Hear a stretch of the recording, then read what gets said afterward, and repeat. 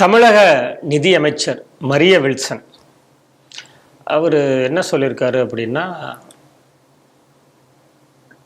Old testament பழைய ஏற்பாடு அதில் 2 ஜோசப் இருக்கிறார்.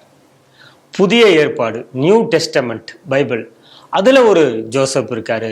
அதுபோல தமிழகத்திற்கு ஒரு ஜோசப் விஜய் கிடைத்திருக்கிறார் அப்படின்னு கிறிஸ்துவ மதத்திலிருந்து சில மனிதர்களை எடுத்து உதாரணமாக சொல்லி அவர் புகழ் பாடியிருக்கிறார். இந்த செய்தியை எப்படி பார்க்குறீங்க?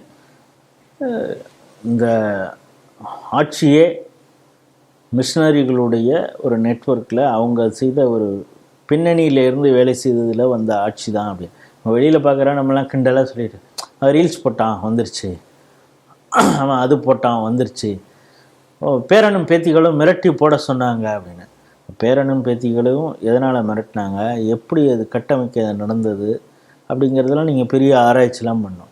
ஒரு பக்கம் இது மைனாரிட்டிகளாக வந்த அரசு, நீங்கள் மண்டி போட்டு ஜெபித்ததினாலே வந்த அரசுன்னு, அதாவது திமுகவை குறிப்பாக ஸ்டாலினை ஏமாற்றி கொண்டிருந்தார் இந்த வளர்ந்தவர் அப்பாவு போன்றவர்கள்லாம். இவங்களும் நினச்சிட்டாங்கப்பா நம்மளை சுற்றி எல்லாம் பெரிய பெரிய பாஸ்டர்லாம் நம்ம கூட தான் இருக்கிறான், இவெல்லாம் வந்து நமக்கு தானே வேலை செஞ்சுருக்கணும், நம்ம அவன் கேட்டது எல்லாமே செஞ்சுருக்கோமே, நம்ம பையனே போய் நான் கிறிஸ்டியன்னு எல்லாம் போய் சொல்லியிருக்கிறோம்ப்பா. அப்படிங்கிறப்ப அந்த மக்கள்லாம் நமக்கு தானே ஓட்டு போட்டிருப்பாங்க அப்படின்னு இவங்க அப்படியே கனவு கண்டுகிட்டு இருந்தப்போ தான் வச்சாம்பாரு ஆப்புன்னு நித்யானந்தா சொல்கிறது மாதிரி வச்சுட்டான் ஒரு பெரிய ஆப்பு. இப்போ அவர் என்ன சொல்கிறாருன்னா, ஓல்டு டெஸ்டமெண்ட்டில் நீங்கள் சொல்லுவாங்க பழைய ஏற்பாட்டில் ஜோசப், அதுக்கப்புறம் இந்த பழைய ஏற்பாட்டில் ஜோசப்னா யாருன்னு தெரியணும்ல, son of Jacob. Son of Jacob அவர் என்னன்னா யாக்கோபின் மகன். என்னன்னா அவர் வந்து ஒரு நல்ல ஒரு ஆடம்பரமான அழகான ஒரு உடையை கொடுக்கிறார், கோட் அப்படின்னு கூட அந்த கோட்டையும் இந்த கோட்டையும் நீங்க அது மாதிரி கொடுக்கிறார். கொடுத்த உடனே அவருடைய 2 சகோதரர்களுக்கு பொறாமை வந்துருது. நாங்களும் உன்னுடைய புள்ள தானே, நீ என்ன சோசப்புக்கு மட்டும் கொடுக்குற அப்படின்னு கோவப்பட்டுறாங்க. போட்டு இந்த ஆளை தூக்கி எகிப்துக்கு கடத்துறா அப்படின்னு அடிமையாக அனுப்புகிறார்கள். அங்கே போனவுடனே அங்கே இருக்கக்கூடிய மன்னருடைய மனைவி இவங்கெல்லாம் சேர்ந்து இவர் மீது ஒரு தவறான புகாரை சொல்லினோடனே இவரை தூக்கி சிறையில் அடைச்சிடுறாங்க. சிறையில் அவர் வாடுகிறார். அப்பொழுது பார்த்தீங்கன்னா 7 வருடத்திற்கு அங்கு இருந்து ஒரு பஞ்சம் வருகிறது. அந்த பஞ்சத்தை போக்குவதற்காக இவர் சில விஷயங்கள் ஆலோசனைகள்லாம் சொன்ன உடனே அந்த பஞ்சத்திலிருந்து அந்த மக்கள் விடுபடுகிறார், நாட்டு மக்களையே விடுவிக்கிறாரு. பிறகு இவரை வந்து அங்கே ஒரு ஆளுநர் மாதிரி ஒரு பதவியை அங்கே இருக்கக்கூடிய மன்னன், எகிப்து மன்னன் இவருக்கு கொடுக்குறாங்க. இப்படிதான் அந்த சோசப் வந்தவர். அவரும் அந்த அரசு சார்ந்து தொடர்புல இருக்காரு அங்க. இப்ப நான் என்ன கேட்கிறேன், அந்த சோசப் மாதிரி இவர் எங்க கஷ்டப்பட்டாருன்னு தான் கேட்கிறேன். வந்தாரு ஒரு டைரக்டரோட பையன், சினிமாவுக்கு வாய்ப்பு கிடைத்தது. அதாவது ஆரம்பத்துல அவர் எள்ளி நகையாடினார்கள், இவருக்கு நடிக்க தரல அப்படின்னாரு. தனக்கு இருக்கக்கூடிய அந்த நடனத்துல வந்து மூலமாக ஆரம்பத்துல கொஞ்சம் எஸ்டாப்ளிஷ் ஆனாரு. பிறகு அவருக்குன்னு ஒரு பெரிய ஃபேன் பேஸ் வந்தது.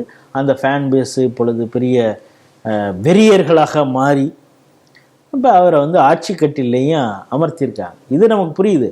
ஆனால் இந்த ஜோசப் மாதிரி அவன் எங்கே கஷ்டப்பட்டான், எங்கே அடிமையாக இருந்தான் அப்படிங்கிற கேள்வியெல்லாம் கேட்டோம்னா அது இந்த திராவிட மண்ணுக்கே உரிய பகுத்தறிவு கேள்வியாக இருக்கும். அந்த பகுத்தறிவு கேள்வியை நீங்க திமுக காரன்ட்ட வேற யார்கிட்ட கேட்டீங்கன்னா அவன் ஏதாவது உருட்டுவான். ஆனா இவங்கள்ட்ட அப்படி கேட்க முடியாது. காரணம் இந்த ஆட்சியை மிஷினரி ஆட்சி தான். நானே முட்டை கொடுக்குறேங்கிறேன். அவர் எதை ஒப்பிடுறாரு அப்படின்னா, பஞ்சத்திலிருந்து அந்த ஈஜிப்து மக்களை காப்பாற்றினார். இவர் ஊழலில் இருந்தும் லஞ்ச லாபத்தில் இருந்தும் தமிழக மக்களை காப்பாற்ற வந்த ஜோசப்னு அவர் சொல்றாரு. இப்ப நீங்க சொன்ன அந்த மரிய வில்சன் தான் வெள்ளை அறிக்கை வெளியிட்டிருக்காரு. இவ்வளவு 13 லட்சம் கோடிக்கு மேல கடன் இருக்குங்கிறாரு. இப்ப அந்த அப்படின்னா என்னன்னா நிதி பற்றாக்குறை, நிதி பஞ்சம் பொழுது தமிழகத்துல தலைவரித்து ஆடுகிறது. இதை இந்த சோசப்பு யாக்கோபியின் மகன் சோசப் போல இவர் என்னத்தை டெக்னிக்கை யூஸ் பண்ணி இவர் தமிழகத்தை மீட்கப் போகிறார். நான் மீட்பர் அல்ல அப்படின்னு அவர் ஏற்கனவே சொல்லியிருக்காரு. தேவனின் பிள்ளை அல்லன்னு அவரே சொல்லியிருக்காரு. நீ எப்படியா சொல்லலாம், நான் சொல்றேன் ஏன் அப்படின்னு மரிய வில்சன் இப்போ சொல்லியிருக்காரு. அதைத்தான் பிரேமலதா போகிற போக்கில் ஷட்டிலாக ஒரு விஷயம் சொல்லியிருக்காங்க. சட்டசபை பல ஆக்கப்பூர்வமாக பல விஷயங்களை பேசிகிட்டு இருக்கோம். இங்கே ரொம்ப துதிப்பாடலை இப்போயே ஆரம்பிக்காதீங்க அப்படின்னு அந்த மாதிரி கேட்டு ஏன்னா இது திமுகலாம் நம்ம பார்த்துருக்கோம். ஆஹா ஓஹோ அப்படின்னு உதயநிதி ஸ்டாலினுக்கு நீ வந்து ஒரு கண்ணாடியில் அடித்தவன், அது அடித்தவன், இது அடித்தவன்லாம் ஏற்கனவே அந்த மதுரையில் மூர்த்தியார் வாசிச்சது போதும். மதுரை மூர்த்தியா இருக்கட்டும், சேகர் பாபா இருக்கட்டும், கவிதை இருக்கட்டும், இப்படி எல்லாம் கவிதை வாசிச்சிருக்காங்க. அது மாதிரி நீங்களும் தொடங்கிறாதீங்களான்னு எங்கள் துரந்தர் அண்ணியார் சொல்லி அதுக்கு ஒரு ஃபுல் ஸ்டாப் வச்சுருக்காங்க. இருந்தாலும் இது ஏன் மரிய வில்சன் இந்த அவர் சார்ந்த மதம் அது சார்ந்த அதுலேருந்து சொல்கிறாருங்கிறதெல்லாம் ஒரு பக்கம். ஏன் நீங்கள் நரேந்திர மோடியை நமோ என்று சொல்லவில்லையா வந்து கேட்பாங்க அது கமெண்ட்ல. நீங்கள் அவ்வளோலாம் பேசிட்டு நமக்கு தான் இருக்குது தப்பிச்சிட முடியாது, சேனல் நமக்கு இருக்கு, நம்ம என்ன வேணாலும் பேசிட்டு போகலாம், பார்த்துக்கிட்டு இருப்பாருங்கிறது கிடையாது. வந்து கமெண்ட் போடுவாங்க.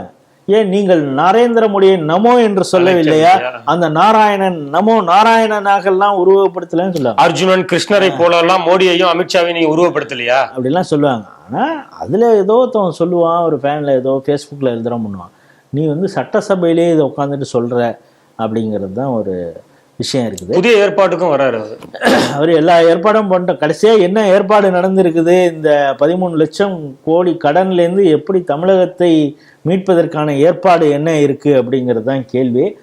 அப்புறம் அந்த மினிஸ்டருடைய பூர்வாங்க அப்போ அவர் ஜோசப்போட சேர்த்து இவர் சொல்லியிருக்காரு, இந்த மரிய வில்சனுடைய பூர்வாசிரம சில வேலைகள்லாம் சில நடந்திருக்குது, அதையெல்லாம் பற்றி அவர் என்ன தன்னை பற்றி தண்ணியில் விளக்கம் சொல்லுவாருங்கிறதெல்லாம் தெரியல. இப்போ இதே காலகட்டத்தில் இன்னொரு வீடியோவும் போயிட்டுருக்கு. ஏன்னா இந்த ஆட்சியை கொஞ்சம் மிஷினரிகளை ரன் பண்ணக்கூடிய ஒரு ஆட்சியாக இருக்குது. இவர் எப்படி வெள்ளேந்தியாக ஸ்டாலின் எங்கள் முன்னாள் முதல்வர் இருந்து ஏமாந்திருக்காருன்னு பீட்டர் அல்ஃபோன்ஸ் சொல்கிறார். சுயாதீன சபைகள் தான் வலுவாகவும் உயிரோட்டமாகவும் இருக்கும். அப்படின்னா என்னென்னா அங்கங்கே பாஸ்டர்ஸு தனித்தனி சபையெல்லாம் இருக்குது. கத்தோலிக்க சபைகள் அப்படின்னு அண்டர் த ஒன் அம்பர்லால இருக்கக்கூடியதெல்லாம் வந்து அவங்க ஒரு டெசிஷன் எடுத்துருவாங்க. ஏய் யாருக்கு ஓட்டுதுன்னா இந்த தடவை டிஎம்கேக்கு, இந்த தடவை அவங்களுக்கு ஏடிஎம்கே, இப்படி எல்லாம் போடுவாங்க. ஆனால் சுயாதீன அவனுக்கு கீழே பல குடும்பங்கள், அதாவது ஒரு பாஸ்டர் அப்படின்னா 100 குடும்பங்கள் ஒரு சின்ன லெவலில். அதுவே இப்போ ஜீசஸ் கால்ஸ் பால் தினகரன்லாம் இருக்காருல்ல, இவங்க தான் 7 மாவடி 4 மாவடிலாம் இருக்காங்களா, அவங்கெல்லாம் எவ்வளோ குடும்பங்கள் அவங்களுக்கு பின்னால் இருக்குது அப்படிங்கிறது தான் தெரியும். ஸோ இவங்க ஒரு டெசிஷன் எடுக்கிறாங்க, இவங்க யாருக்கு ஓட்டு போடணுன்னு. இப்போ கத்தோலிக்க சபைகள்லேருந்து இந்த ஜோ அருண் வந்தார், பால் தினகரன் என்னை வந்து இப்போ சந்தித்தார், நான் அவரோட, நீங்கள் இந்த கார்த்திக் மோகன் ஒருத்தர் வில்லிவாக்கம் தொகுதியில் புஷ் பண்ணார், அவர் ஆதவ அர்ஜுனாவை எதிர்த்து போட்டி, அவரை எதிர்த்து தான் ஆதவ அர்ஜுனா போட்டிட்டார். ஏன்னா சபரீசனுடைய ஒரு முகமாக கார்த்திக்னார். அவர் வந்து பிரச்சாரமே பண்ணல, ஒவ்வொரு சபையாக போய் பார்த்துட்டு இருந்தேன். இன்று நாங்கள் மயிலாப்பூரில் இருக்கக்கூடிய சாந்தோம் அந்த தேவாலயத்துக்கு உட்பட்ட அந்த பாஸ்டர்களை சந்தித்தோம், பால் தினகரனை சந்தித்தோம், இது மாதிரி ஒவ்வொருத்தங்களாக சந்தித்தோம். இவங்கெல்லாம் பல்காக நமக்கு ஓட்டு போட்டால் நம்ம வாங்கலான்னு. ஆனால் உள்ளுக்குள்ளார அவங்க என்ன இன்ஸ்ட்ரக்ஷன் கொடுத்துறாங்கன்னு தெரில. ஆனால் அவர்கள் ஒரு பாஸ்டராக வந்து இவங்க பக்கத்தில் நின்னோடனே இந்த மக்கள் எல்லாமே நமக்கு தான் அப்படின்னு நினச்சிருக்காங்க. அவங்க உள்ளடி எப்படி வேலை பார்த்துருக்காங்க. அதைத்தான் பீட்டர் அல்ஃபோன்ஸ் சொல்கிறாரு, இந்த சுயாதீன திருச்சபைகள் தான் உயிரோட்டம். பாஸ்டர் இருக்காரு, அவர் மகிமைப்படுத்தக்கூடியது தேவ ஆசீர்வாதங்களை சொல்லக்கூடியவராக இருந்தார்னா, அவர் கீழே பல ஆயிரக்கணக்கான குடும்பங்கள் இருந்ததுன்னா அவர் ஒரு டெசிஷன் இருக்கிறார், ஏய் இந்த தடவை நம்மளால விஜய்க்கு தான், பேரே ஜோசப் விஜய், அவருக்கு ஓட்டு போடு அப்படின்னோடனே அந்த சபையில் இருக்கிறவங்கலாம் ஓட்டு போட்டிருக்காங்க. இது உயிரோட்டம் உள்ளது அப்படின்னு பீட்டர் அல்ஃபோன்ஸ் யாரு, திமுக ஆட்சியில் எல்லா பதவிகளையும் நல்ல சிறுபான்மை பதவியெல்லாம் அடைஞ்சது. ஆனாலும் அவர் இப்படி பேசுகிறார். அவர் வந்து வன்னியரசு குறித்தும் சபாநாயகர் குறித்தும் அப்படி சொல்கிறார். என் ஒய்ஃபு கூட அவங்க இறந்து போயிட்டாங்க, அவங்க சொல்லுவாங்க, அவங்க கீழ்ப்பாக்கம் பக்கத்தில் இருக்கக்கூடிய சர்ச்சுக்கு போவாங்க, போயிட்டு வருவாங்க, நானும் சர்ச்சுக்கெல்லாம் போவேன், ஏதோ கும்பிட்டுட்டு வந்துடுவேன், நீங்களும் தான் இருக்கீங்க, இந்த சபாநாயகர் ஜேசிடி பிரபாகர் அவரும் உங்களை மாதிரி ஒரு அரசியல்வாதி தானே, அவர் எவ்வளவு ஆத்மார்த்தமாக அங்கே பைபிள் டிஸ்ட்ரிபியூட் பண்ணுறதா இருக்கட்டும், ஒவ்வொரு கூட்டத்திலையும் அவர் எப்படி பேசுகிறாரு, எப்படி கலந்துக்கிறார், ஆத்மார்த்தமாக அந்த தேவ செய்தியை கொண்டு செல்லக்கூடிய ஒரு தூதுவராக அங்கே இருந்து அவர் வேலை செஞ்சிட்ருக்கார். நீ போனீங்கன்னா டிவியில் டிபேட்டில் பேசுகிறதுக்கு கிளம்பி போயிடுற, பேருக்கு ஒரு சர்ச்சுக்கு போயிட்டு வரீங்க, அவர் எப்படி இருக்கிறாரு பாருங்க அப்படின்னு. அதைத்தான் இவர் என்ன சொல்றாரு, அந்த கர்த்தரே இவரை ஒரு கருவியாக பயன்படுத்தியிருக்கிறார். எனக்கு அது இப்பொழுதுதான் வந்து பக்தியினுடைய அந்த சிரத்தையான பக்தியினுடைய ஆற்றல் எனக்கு புரிகிறது. ஜேசிடி பிரபாகரன் அதை பார்த்துட்டு ஐயா ஃபீட்ரல் போன் சொல்றாரு. அதாவது அவர் என்ன சொல்ற, இறை நம்பிக்கை இப்பதான் எனக்கு முழுவதுமாக புரிய ஆரம்பிச்சிருக்கு. இறைவன் ஒரு முடிவோடு அவரை உயர்த்தி உள்ளான், சபாநாயகரா வானலாவ அதிகாரம் கொண்ட ஒரு சபாநாயகரா ஆக்கியிருக்கிறான். அதே போல வன்னியரசுன்னு பேசும் பொழுது அவருடைய மதத்தை சொல்ல, அவர் கிரிப்டோ அதுதான் அந்த ஒரு மதம் தான். ஆனால் அவர் ஒரு லெப்டினண்டாக, ஒரு தளபதியாக திருமாவளவனுக்கு இருந்தார். நீ உனது பணியை செய், நான் உன்னை காக்கிறேன் அப்படின்னு ஜீசஸ் கிரைஸ்ட் சொல்வாரு. அது போல வன்னியரசுக்கு தேர்தலுக்கு ஒரு 2 மாதத்துக்கு முன்னால யாராவது வன்னியரசு மினிஸ்டர் ஆவார்னு யாராவது சொன்னீங்கன்னா நீ மெண்டல்டா அப்படின்னு நான் சொல்லியிருப்பேன். ஆனா இன்னைக்கு வன்னியரசு அமைச்சர்னா அந்த தேவனின் மகிமை அப்படிங்கிற. இப்ப இதெல்லாம் நான் கேட்கிறப்ப நீங்க ஏதோ ஒரு சபையில உட்கார்ந்து ஒரு மாதிரி தோணுது. எனக்கு அதான் சொல்லணும் போல தோணுது. நான் உன்னை விடுவதும் இல்லை, கைவிட போவதும் இல்லை அப்படிங்கிறது மாதிரிலாம் அப்படிதான் பெட்ரோல் பண்ண போயிரு. ஆகவே இந்த அரசே வந்து நீங்க கொஞ்ச நேரம் உட்கார்ந்துருந்தீங்கன்னா அது உங்களை மகிமைப்படுத்தும். நீங்களும் அந்த பக்கமே அப்படியே போயிடுறது மாதிரியான பல உருட்டல்கள் தான், தேவ ஆசீர்வாதம் கிடைச்சிருங்கிறீங்க அப்படிங்கிறது. அதனால எனக்கு வருத்தம் ஒன்னேன்னு தான், இந்த ஆள் வந்து வெள்ளை சட்டை போட்டுக்கிட்டு ஒரு இந்த க்ரீம் கலர் பேண்ட்டு போட்டுட்டு வந்துட்டு சபரீசன் சொன்னதெல்லாம் செஞ்சாரே. ஆனால் அவரை வந்து இப்படி கிறிஸ்தவர்கள் ஏமாத்திருக்காங்களே அப்படிங்கிறது தான் ஸ்டாலின் அவர்களை. ஆனால் நல்லா வச்சு செஞ்சுருக்காங்கன்னு. ஏன்னா பீட்டர் அல்ஃபோன்ஸ் அவ்வளவு சிலாகித்து சொல்கிறார், கடவுளே வந்து தான் விஜய் ஆட்சியை கொண்டு வந்திருக்காருன்னு சொல்லாமல் சொல்கிறார். அப்படிங்கிறப்ப கிறிஸ்தவர்கள் எப்படி ஓட்டு போட்டிருக்காங்க. ஆகவே இது மிஷினருடைய ஆட்சி மாதிரி தான் போக போக ஆகும் போல இருக்கிறது. அதில் அவர் ஒரு விஷயம் சொல்கிறாரு, நாம் அதிகாரத்தில் இருப்பது தான் வலிமை. ஸோ அதிகாரத்தில் வந்து சபாநாயகர் இருக்கிறார், சமூக அந்த நலத்துறை மாதிரி சமூக நீதி அந்த அமைச்சராக இருக்கிறாரு. நாம் அவர்களை பயன்படுத்தி கொள்ள வேண்டும். ஸோ இதை வந்து உடனே நம்ம ஆளுங்க எடுத்து ஃபேஸ்புக்கில் போட்டு ட்ரோல் பண்ணி, பார்த்தீர்களா எவ்வளோ ஒரு அடிப்படைவாத எண்ணம் கொண்டவராக பீட்டர் அல்ஃபோன்ஸ் இருக்காங்கன்னு சொல்லிவிட்டோடனே அடுத்த தலைவனுக்கு என்னதான் ஒரு அட்வொகேட் எச்சரிக்கையோட. எதிர்காலம் ஒரு சவால் நிறைந்ததாக இருக்கும்.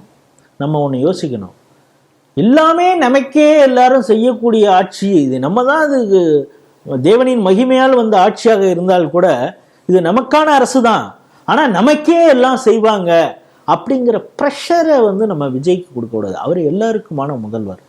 அதையும் நம்ம அனுசரணையாக இந்த ஆட்சியோடு இருந்து கொண்டு நமக்கு என்னென்னலாம் தேவையோ அதையெல்லாம் நாம் செய்து கொள்ள வேண்டும் அப்படின்னு அப்பட்டமாக பீட்டர் அல்ஃபோன்ஸ் அந்த கூட்டத்தில் பேசுகிறார். ஆகவே இது வந்து மிஷினரி ஆட்சி பின்னால் மிஷினரிகள் தான் இவர்களை இயக்குகிறதுங்கிறது ரொம்ப தெளிவாக தெரியுது. ஒரு பக்கம் அவர் கொல்லூர் மூகாம்பிகைக்கு போகிறாரு, திருச்செந்தூருக்கு போகிறாரு. நம்ம அதிலேயே அவர் வந்து அரகஜா வச்சிருக்கிறாரு.